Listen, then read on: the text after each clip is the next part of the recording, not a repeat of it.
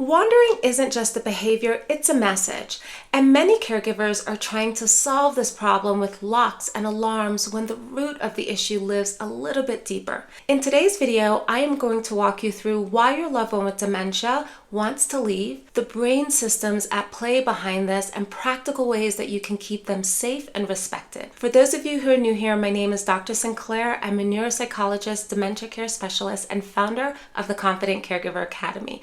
Let's jump on in. Care partner, I'd like for you to imagine your loved one's brain like a GPS system, guiding their sense of direction and time and routine. But as you know, with dementia, that system is going to be broken. Sometimes your loved one is going to be rerouted to an old location that no longer exists, like a childhood home, or insisting that they need to go to work, even though they haven't worked for decades. Other times, this system is going to insist on a destination even though you're already there. So when they say, I want to go home, but they're already home. What I'd like for you to recognize is this faulty system, this sense of restlessness and wandering for your loved one, is their brain's attempt at trying to get to a location that no longer exists. In early to moderate dementia, procedural memory as well as emotional memory are still intact and have a role in this restlessness and this wandering behavior that you're seeing. Procedural memory, care partners, refers to your memory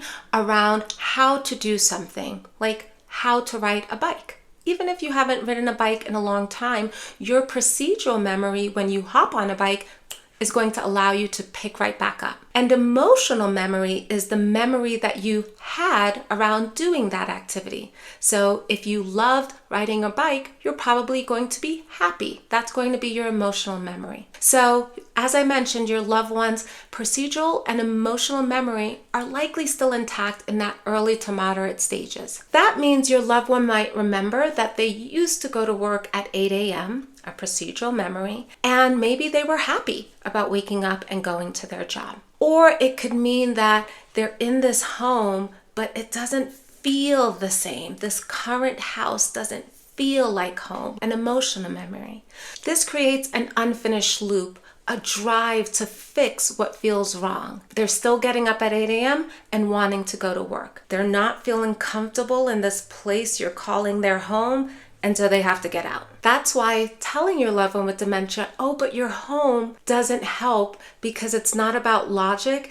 It's about this unfinished loop, this drive to do the task, to feel comfortable in their body. So here are the main 3 reasons that your loved one with dementia is likely trying to wander or leave. The going home phenomenon, for example, is often linked to long-term memories.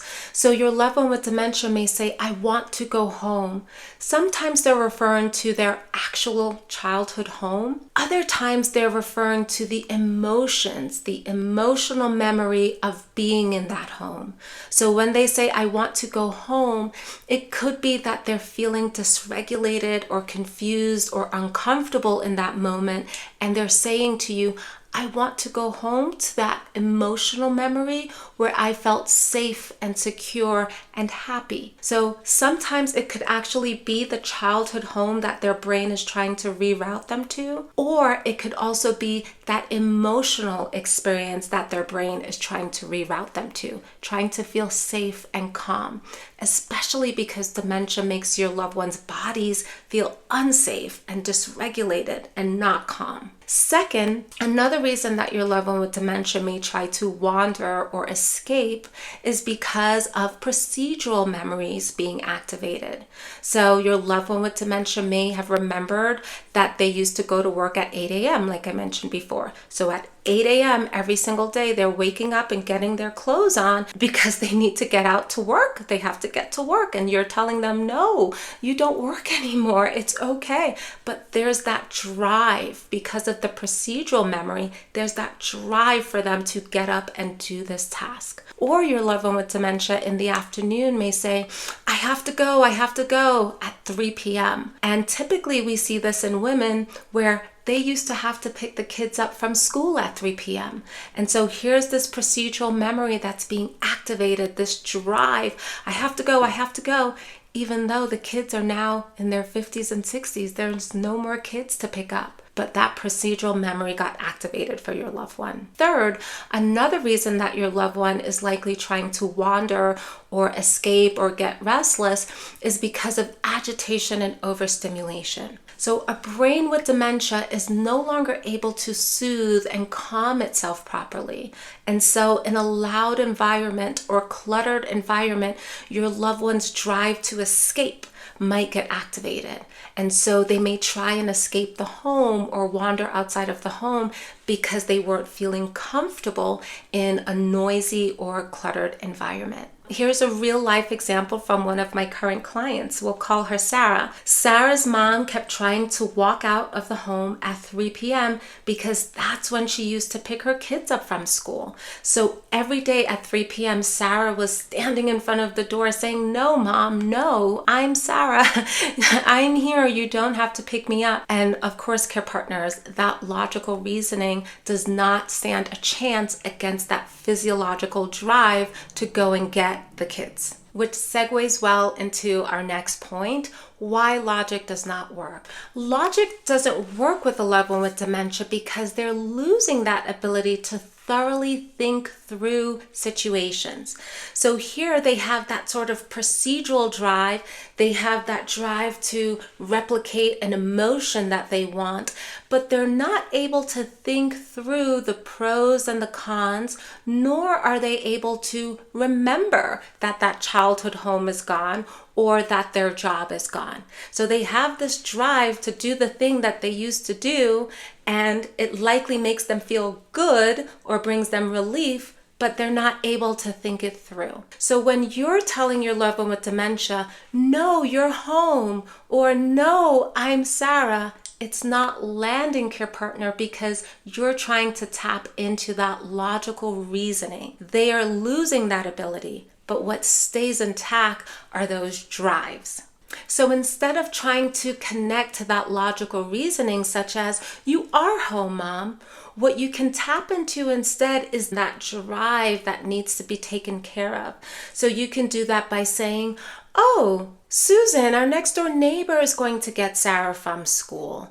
Or you can put your shoes on and go out for that walk with Mom. She'll walk, and probably forget why she was walking. If you gently redirect the conversation to something else. "Oh, Mom, this was so lovely going on a walk outside. Thank you for recommending that we go exercise. What a great idea." Right? So now it's no longer we've left the house to go get Sarah, but we've left the house instead to exercise. So you can either tackle it from someone else's getting Sarah, or you can help her get that emotional drive and that energy out by putting the shoes on, getting outside, but then slowly redirecting her towards something else. And this segues well into what you can do right now.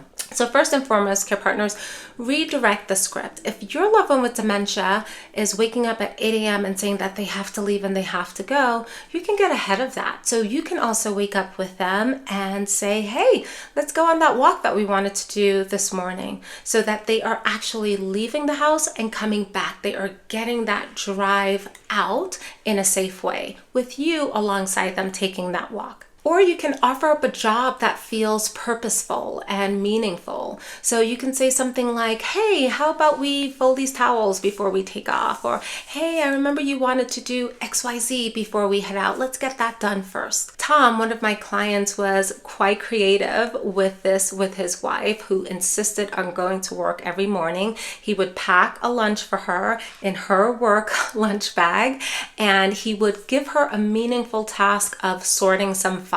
It was a pretend task. He really didn't need these files to be sorted, but she would sort these files for a certain period of time, and then he'd say, "Okay, it's time to clock out." And so they would clock out with watching their favorite show. So she got that drive out by doing that task, and then the clock out, that was sort of the procedural memory getting activated. That work was over. Let's move on now. For those of you whose loved ones are saying that this current environment doesn't feel like home or something feels off about it, you can certainly inquire about that experience that they want to get back to. What is rerouting them backwards? And so you can ask them, tell me about this place that you want to go to. It sounds lovely or it sounds important.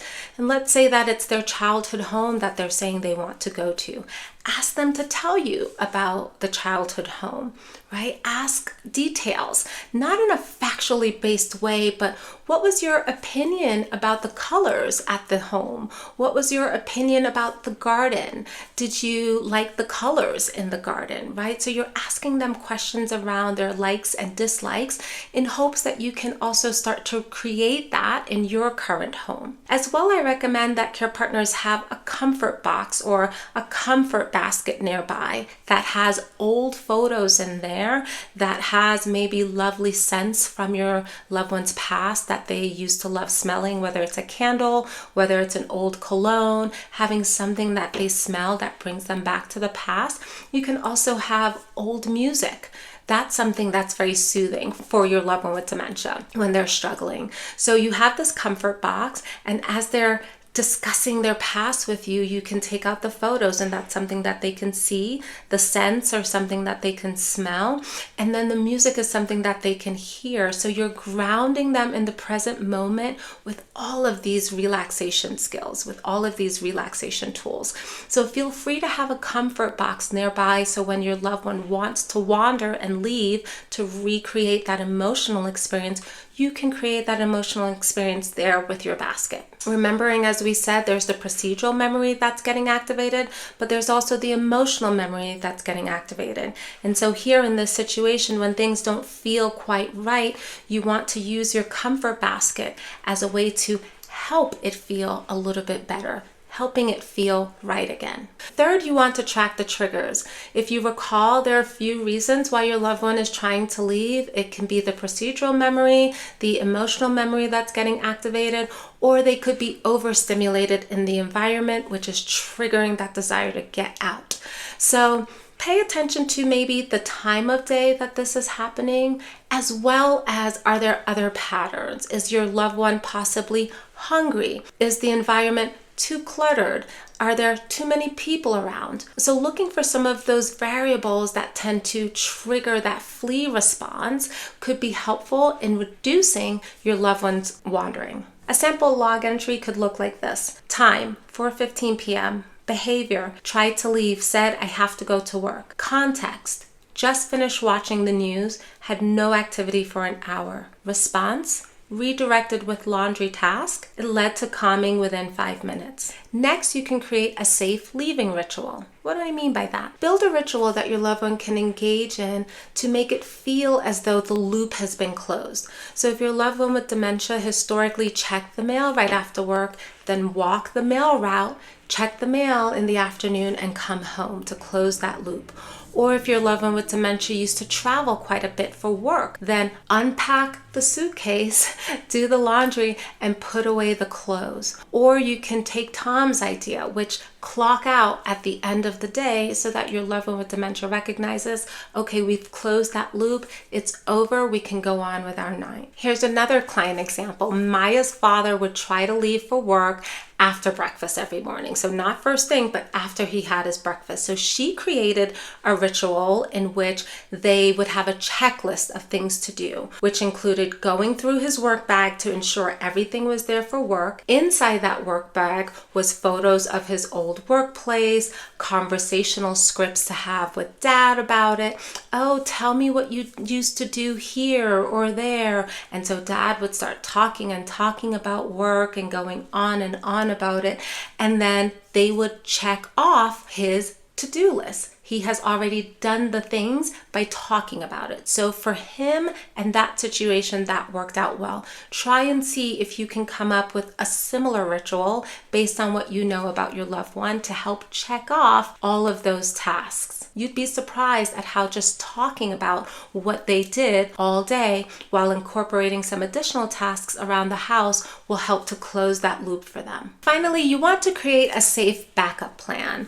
So that can look look like many different things. For example, I've worked with clients who have used black drapings over the door or a black mat in front of the door that their loved one with dementia usually tries to wander out of. That black draping over a door or a black mat in front of a door looks like a dark hole to a dementia-affected brain. And so that's usually a deterrent to them leaving. They don't want to step into this dark pit, or they don't want to walk through this dark pit. So that can be a deterrent for your loved one. Additionally, feel free to have some sort of ID in your loved one's clothing.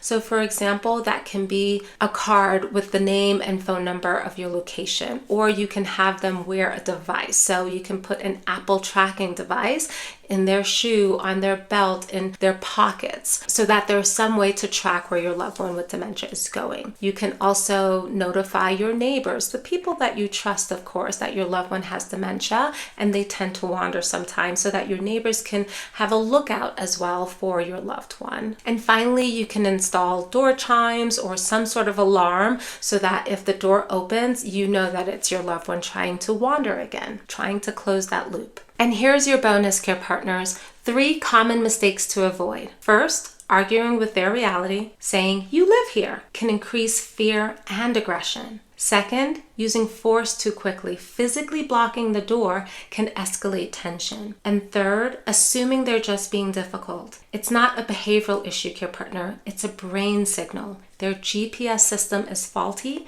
and is redirecting them to something that no longer exists for them. If this video is helping you to understand why wandering and exit seeking happens, this drive that occurs for your loved one with dementia, then please go ahead and like and subscribe.